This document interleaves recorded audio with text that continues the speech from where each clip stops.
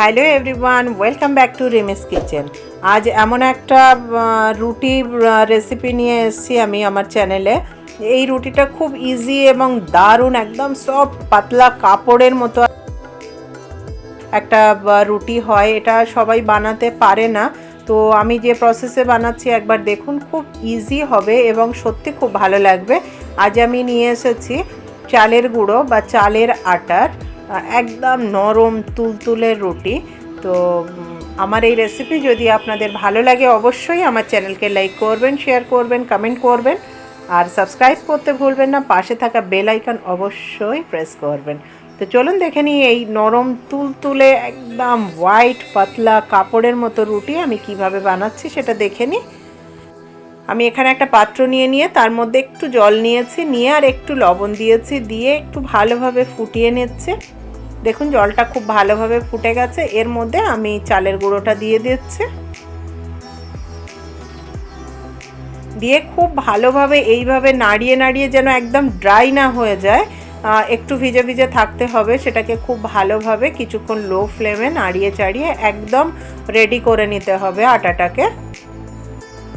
দেখুন আমার রেডি হয়ে গেছে। আমি এটা একটা প্লেটের মধ্যে বের করে নিচ্ছি, দেখাচ্ছি একবার। একদম ড্রাই হবে না, এমনি সুন্দর একটা সফট মাখা হবে আটাটা। আর কোনো অংশ সাদা থাকলে কিন্তু হবে না, রুটির কানাগুলো ফেটে যাবে। আমি এখানে একটা বাটিতে জল নিয়েছি, আর আমি যে আটাটা আমি একটু রান্না করে নিলাম সেটাই এখানে নিয়েছি। আর আমি বারবার জলের মধ্যে হাতটা ভিজিয়ে আটাটাকে একদম সফট করে ডোটাকে আমি রেডি করে নিচ্ছি। এই আটাটা মাখার উপর কিন্তু পুরো রুটিটা আপনার সফট হওয়া ডিপেন্ড করে, এবং দারুণ নরম তুলতুলে একদম সাদা ধবধবে রুটি হয় এবং ফোলের দারুণ, সাইডগুলো ফেটে যায় না। এটা যদি ঠিকভাবে না মাখবেন তাহলে রুটিটা তো একটু হার্ড হবেই, আর সাথে সাথে কানাগুলো একদম ফেটে চটে যাবে, মানে সুন্দর একটা রুটির শেপ দিতেই পারবেন না। আমার আটাটা একদম মাখা হয়ে গেছে। এটা কাটার একটা দারুণ প্রসেস আছে, সেটা আমি দেখাচ্ছি একবার দেখুন। আমি এইভাবে একটু লম্বা করে নিলাম, কারণ এটা নর্মাল রুটির মতো বানানো যায় না, কারণ আপনি কেটে কেটে রাখলে হার্ডও হয়ে যায়। একটু ঢাকা দিয়ে রাখবেন কাটার পরে। আমি দেখুন কি দারুণ একটা অভিনব প্রসেস দেখাচ্ছি এটা রেডি করে নেওয়ার জন্যে।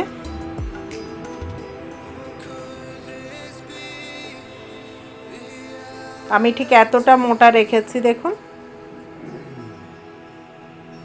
যাতে আমার প্রত্যেকটা রুটি সমান সাইজের হয়। তার জন্য আমি এখানে একটা স্টিলের গ্লাস নিয়ে আমি এইভাবে বসিয়ে আমি পুরো ডোটাকে একটা শেপ দিয়ে নিচ্ছি।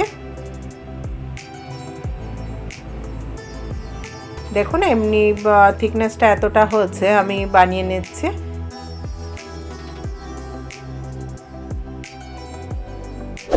বাকিগুলো সব সেম প্রসেসে কেটে নিচ্ছে। এক্সট্রাগুলোকে আবার সুন্দরভাবে মেখে আমি আবার কেটে নেব। আমার আটাগুলো মানে ডোটা আমার সম্পূর্ণভাবে একদম একটা শেপে চলে এসছে। দেখুন মোটামুটি থিকনেস সবের সমান, একটু কম বেশি হলে কিছু যায় আসে না। তবে ফার্স্ট টাইম বানালে একটু প্রবলেম হবে, সেকেন্ড টাইম দিয়ে একদম পারফেক্ট ডো এবং এভরিথিংস পারফেক্ট তো হবেই। একদম পাতলা পাতলা রুটিগুলো হয়। আমি বানিয়ে দেখাচ্ছি। এটাকে একটু বারবার আটার গুঁড়োটা ছড়িয়ে দিয়ে এটা বেলে নিতে হয়, না হলে এতটাই পাতলা যে ছিঁড়ে যাওয়ার চান্স থাকে। আমি একবার দেখিয়ে দিচ্ছি কতটা পাতলা রুটিটা। দেখুন আমার নিচের হাতটা ক্লিয়ার দেখা যাচ্ছে। দেখুন আমি হাতটাকে সরাচ্ছি, সেটাও দেখা যাচ্ছে এত পাতলা। আর এটা সেঁকাটাও ভীষণ ইজি, মানে আমি তাওয়াতে সেঁকে নিচ্ছি। দেখুন এতে তেলের তো কোনো ব্যাপারই নয়, জাস্ট এতটা ফুলে উঠবে তারপরই উল্টাবেন। এটা কিন্তু বারবার উল্টানো পাল্টানো যায় না, তাহলে রুটিটা শক্ত হয়ে যায়। জাস্ট একবার ফুলে উঠলেই, এই দেখুন ফুলে উঠেছে। আমি এবারে উল্টে দিচ্ছি। এটা ফুলে উঠলেই আমি তুলে নেব। একদম হালকা হাতে একটু চাপবেন, পুরোটা ফুলে উঠবে, না হলে নিচেটা পুড়ে যাওয়ার চান্স থাকে, তাই একটু চেপে নিলাম। এইভাবে আমি প্রত্যেকটা রুটি আমি সেঁকে নিচ্ছি। কি দারুণ ফোলে আর কি সুন্দর যে রুটিটা হয়, মানে একবার বানালেই বুঝতে পারবেন দারুণ। এটা বিশেষত মানে ঝোলা গুড় দিয়ে খেতে ভীষণ ভাল লাগে। এবারে যার যেটা ইচ্ছা, তবে মিষ্টি জাতীয় জিনিস দিয়ে এই রুটিটা খেতে বেশি পছন্দ করে সবাই। দারুণ নরম সফট একদম তুলতুলের রুটি। দেখুন আমি দেখাচ্ছি আপনাদেরকে যে কতটা নরম এবং সফট রুটি।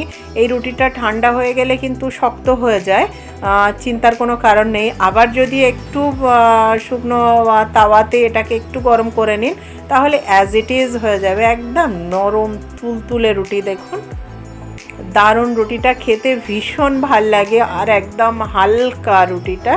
তো অবশ্যই ট্রাই করবেন। দেখুন কি দারুণ রুটিটা। আর আমার এই রেসিপি যদি আপনাদের ভালো লাগে তাহলে অবশ্যই আমার চ্যানেলকে লাইক করবেন, শেয়ার করবেন, কমেন্ট করবেন, সাবস্ক্রাইব করতে ভুলবেন না। আমাকে এইভাবেই সাপোর্ট করবেন। Thank you.